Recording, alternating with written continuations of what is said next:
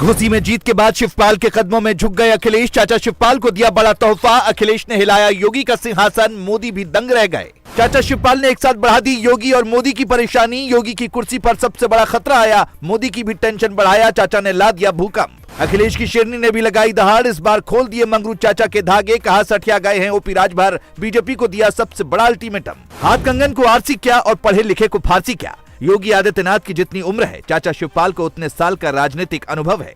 जब शिवपाल यादव अखिलेश से अलग हुए थे, तब सपा को उसका अच्छा खासा नुकसान उठाना पड़ा था।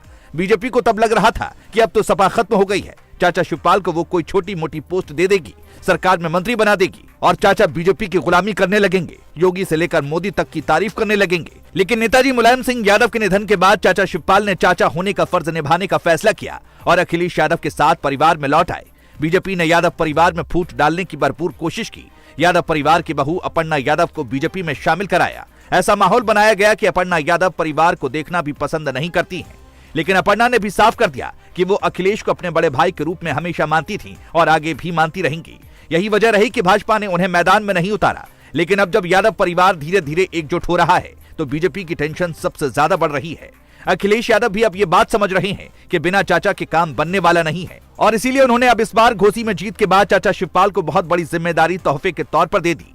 क्या है वो जिम्मेदारी, हम आपको आगे बताएंगे। लेकिन पहले ये जान लीजिए कि घोसी में बुरी तरह हार के बाद ओपी राजभर ने अखिलेश यादव को लेकर क्या कह दिया। ओपी राजभर ने समाजवादी पार्टी की जीत का मजाक बनाया। उन्होंने कहा कि ज्यादा दिन ये खुशी टिकने वाली नहीं है, ज्यादा दिन खुशी न मनाएं। 24 के चुनाव में अखिलेश को हरा कर दम लूंगा। इतना ही नहीं, उन्होंने अखिलेश को ललकारते हुए कहा कि उन्हें मंत्री बनने से कोई नहीं रोक पाएगा। लेकिन हर कोई तब हैरान रह गया जब ओपी राजभर ने अखिलेश यादव पर यह आरोप लगाया कि अखिलेश ने राजभर समाज को नुकसान पहुंचाया। जैसे ही अखिलेश यादव पर यह आरोप लगाया गया, राजभर समाज के लोगों ने ही ओपी राजभर को निशाने पर लिया और कहा कि ओपी राजभर सिर्फ अपना भला चाहते हैं, राजभर समाज से उनका कोई लेना देना नहीं है। लेकिन जब बात अखिलेश यादव पर आ गई, तो फिर अखिलेश की शेरनी काजल निषाद ने ओम प्रकाश राजभर को ऐसा आईना दिखाया कि अब वो छिपने की जगह ढूंढ रहे होंगे। काजल निषाद ने कहा कि ओपी राजभर हार के बाद बुरी तरह सठिया गए हैं, उन्हें समझ नहीं आ रहा कि क्या कहना चाहिए और क्या नहीं। लेकिन इस बयान के बाद ओपी राजभर का गुस्सा 7वें आसमान पर पहुंच गया और उन्होंने काजल निषाद को चुप रहने की चेतावनी दे डाली। लेकिन किस किस को चुप करवाया जाएगा। अब चाचा शिवपाल ने जो आग जनता के बीच लगा दी है, उसको तो नहीं बुझाया जा सकता। घोसी विधानसभा चुनाव में अखिलेश यादव ने पूरा जिम्मा चाचा शिवपाल को सौंपा था और चाचा शिवपाल ने अपनी जिम्मेदारी को बखूबी निभाया था। इसीलिए अब पूर्वांचल फतेह की जिम्मेदारी अखिलेश यादव ने शिवपाल के कंधे पर रख दी है। पूर्वांचल की सियासत और लोकसभा की करीब 26 सीटें हैं। 2019 में बीजेपी को घोसी, आजमगढ़, गाजीपुर, जौनपुर, अंबेडकर नगर जैसी सीटों पर हार का सामना करना पड़ा था। इनमें घोसी, गाजीपुर, जौनपुर और अंबेडकर नगर में बीएसपी को जीत मिली थी, जबकि आजमगढ़ में सपा का परचम लहराया था। पूर्वांचल की कई सीटों पर शिवपाल की मजबूत पकड़ है।